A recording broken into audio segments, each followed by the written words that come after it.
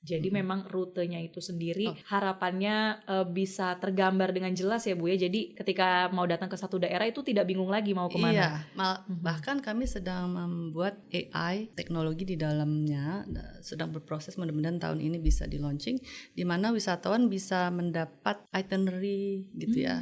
Sudah mendapatkan nih indikasi geografis pada produk asli daerah, itu dampaknya seperti apa sih Pak kalau secara ekonomi? Ya tentu karena sudah diproteksi, maka bisa dipastikan kalau apalagi indikasi geografis, begitu mendapatkan sertifikat, maka biasanya harga produk itu naik. Nah, rekomendasi dari Bu Menteri Pariwisata, Oke. kita mau kemana nih Bu akhir tahun ini? Di akhir tahun sebaiknya jangan ke luar negeri, jalan-jalan di Indonesia saja. Di Indonesia itu banyak sekali destinasi, saya tidak bisa memilih satu atau dua yang pertama, tapi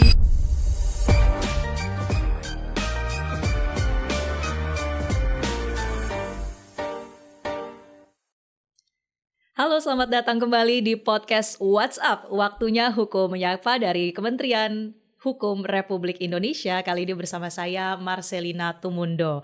Nah, Sobat WhatsApp, ini udah akhir tahun ya. Pasti udah menjelang akhir tahun, pasti udah mulai mempersiapkan mau healing atau jalan-jalan ya.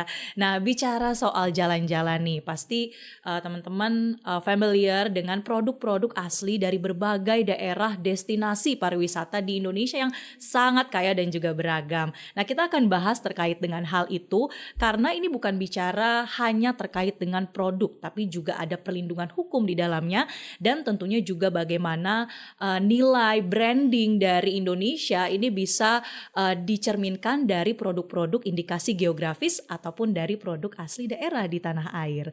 Nah, untuk membahasnya saya tidak sendiri, tentunya sudah ada dua narasumber yang sangat spesial pada hari ini. Saya perkenalkan ada Menteri Pariwisata Republik Indonesia Ibu Widianti Putri Wardana. Halo Ibu, apa kabar? selamat pagi. Selamat pagi, kabar baik ya Bu. Saya lihat abis kunjungan kerja ke wilayah Sumatera Bu ya. Iya betul, dari Palembang kemudian ke Batam dan Pulau Penyengat kemarin. Oke, ini kita akan dengarkan oleh perkembangan pariwisatanya apa nanti ya dari Bu Widi. Nah, selanjutnya juga ada Pak Direktur Merek dan Indikasi Geografis bersama dengan Pak Herman Syah Siregar. Pak Herman, kita jumpa lagi. Halo Mbak Marcel, senang sekali bisa ketemu di WhatsApp. Senang Podcast. sekali ada tuan rumah kita di sini juga. Nah, saya ke Bu Menteri terlebih dahulu ya Ibu. Kita baru saja melihat ada ketok palu ya Bu, undang-undang kepariwisataan. Ini revisi undang-undang dari yang sebelumnya.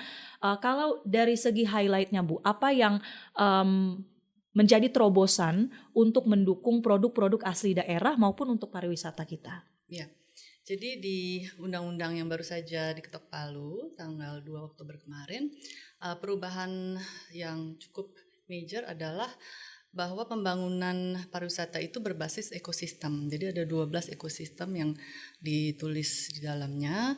Nah, contohnya sumber daya manusia, asosiasi pariwisata, dan juga promosi pariwisata berbasis budaya dan lain sebagainya.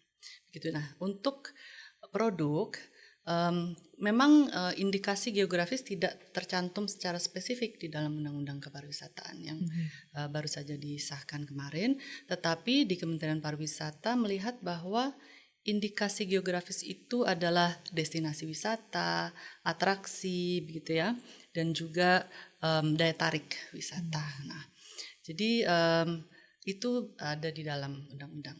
Bisa di dalam ekosistem baik untuk memajukan ekonomi masyarakat, dari produk-produk di daerah-daerah bisa lebih kami promosikan dengan lebih mudah apabila ada indikasi geografisnya gitu. Oke.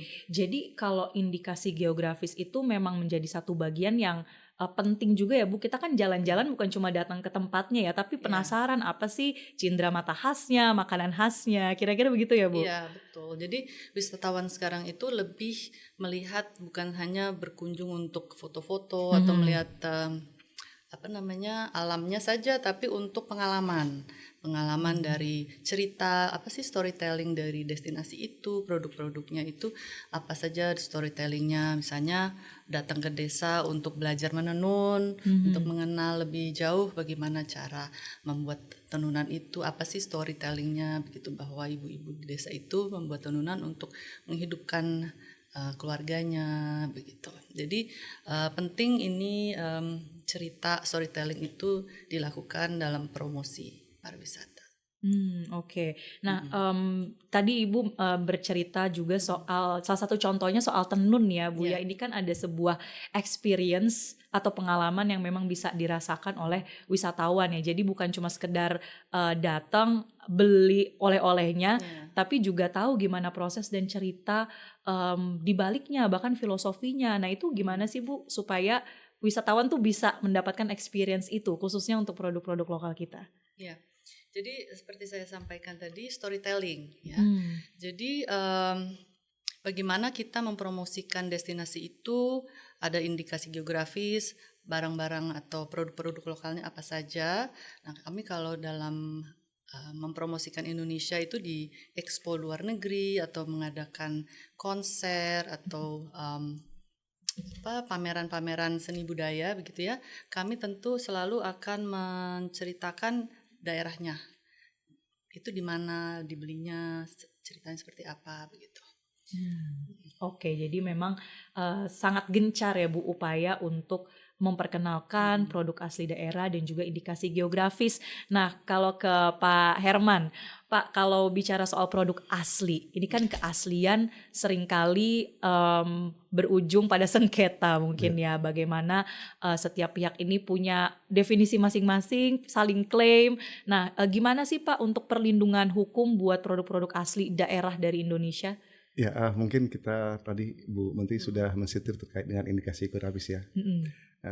Perlu kita ketahui bahwa indikasi geografis itu merupakan suatu tanda menunjukkan asal suatu produk.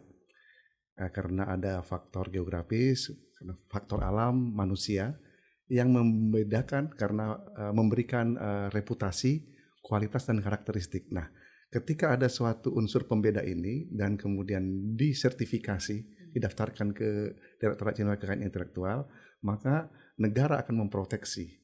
Sehingga apabila nanti ada pihak-pihak lain misalnya mau membajak ataupun memperdagangkan barang-barang ataupun produk-produk yang sudah diproteksi tadi secara tidak berhak, maka kita secara hukum bisa melakukan perlindungan. Nah, ini pentingnya pendaftaran kekayaan intelektual, indikasi geografis, termasuk tadi kekayaan intelektual secara umum ya. Bisa misalnya hak cipta, kemudian merek, segala macam. Nah, di sini pentingnya tadi inovasi dan kreasi, khususnya produk-produk unggulan daerah itu diproteksi dengan kekayaan intelektual yang terdaftar ataupun tercatat di Direktorat Jenderal Kekayaan Intelektual. Ada berapa banyak sekarang Pak yang udah terdaftar indikasi geografis kita? Ya, saat ini sudah terdaftar 218. Ya, awal tahun itu 2025 167, tapi terus bertambah sekarang. Bahkan kita ditargetkan oleh Bapak Menteri kita harus terbanyak nih se-ASEAN tahun ini. Jadi terus kita berkolaborasi, bersinergi dengan Pemda, masyarakat pelindung indikasi geografis, dengan BRIN, karena memang harus ada tim ahli yang bisa nanti melakukan penelitian bahwa ada karakteristik, kualitas dan reputasi yang berbeda antar produk ini. Ya. Oke.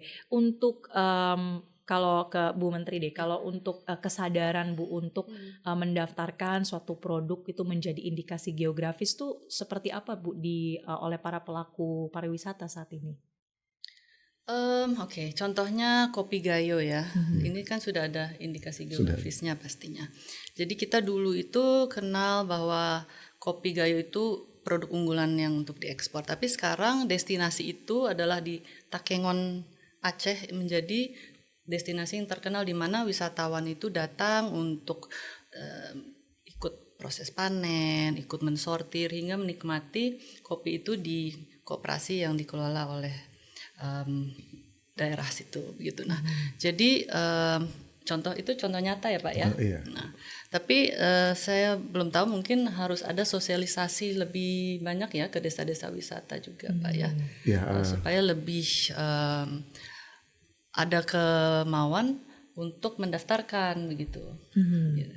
Ya, seperti Ibu Menteri tadi banyak bercerita bahwa tidak sekedar disuguhkan suatu produk, misalnya kopi, tapi bercerita bagaimana secara turun-temurun, karena indikasi geografis ini adalah produk karena faktor manusia. Secara tradisional mereka mempunyai mungkin pengetahuan tradisional. Nah ini melahirkan budaya warisan yang harus kita jaga keberlangsungannya, sehingga punya daya tarik khususnya orang-orang muda. Kalau di paket-paket wisata kita Bu, seberapa gencar sih produk-produk lokal itu memang diberikan ruang untuk bisa dipromosikan, bisa dikonsumsi, bisa dinikmati lah oleh wisatawan, terutama wisatawan asing. Baik, contohnya produk kuliner ya. Kami sebentar lagi akan meluncurkan rute perjalanan di Jawa Barat untuk kuliner begitu ya.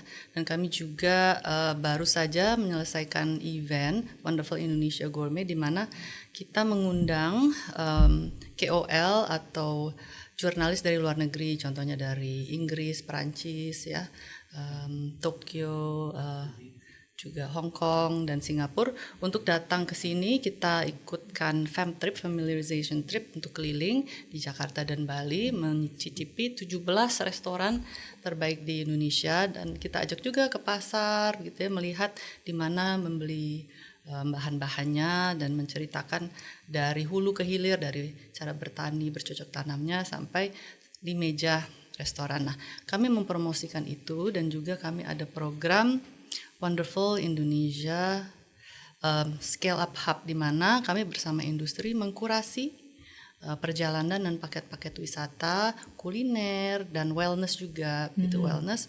Kami akan melakukan event bernama Wonderful Indonesia Wellness di Jogja dan Solo, di mana kita memperkenalkan budaya wellness seperti massage, jamu, ya, yoga, meditasi, dan bahkan ada sound healing dengan belajar gamelan gitu. Jadi ini kita tuh sangat kaya Pak dengan produk dan tradisi yang kita bisa buat storytelling dan paket-paket wisata itu Bu ya. Jadi ini sangat penting gitu.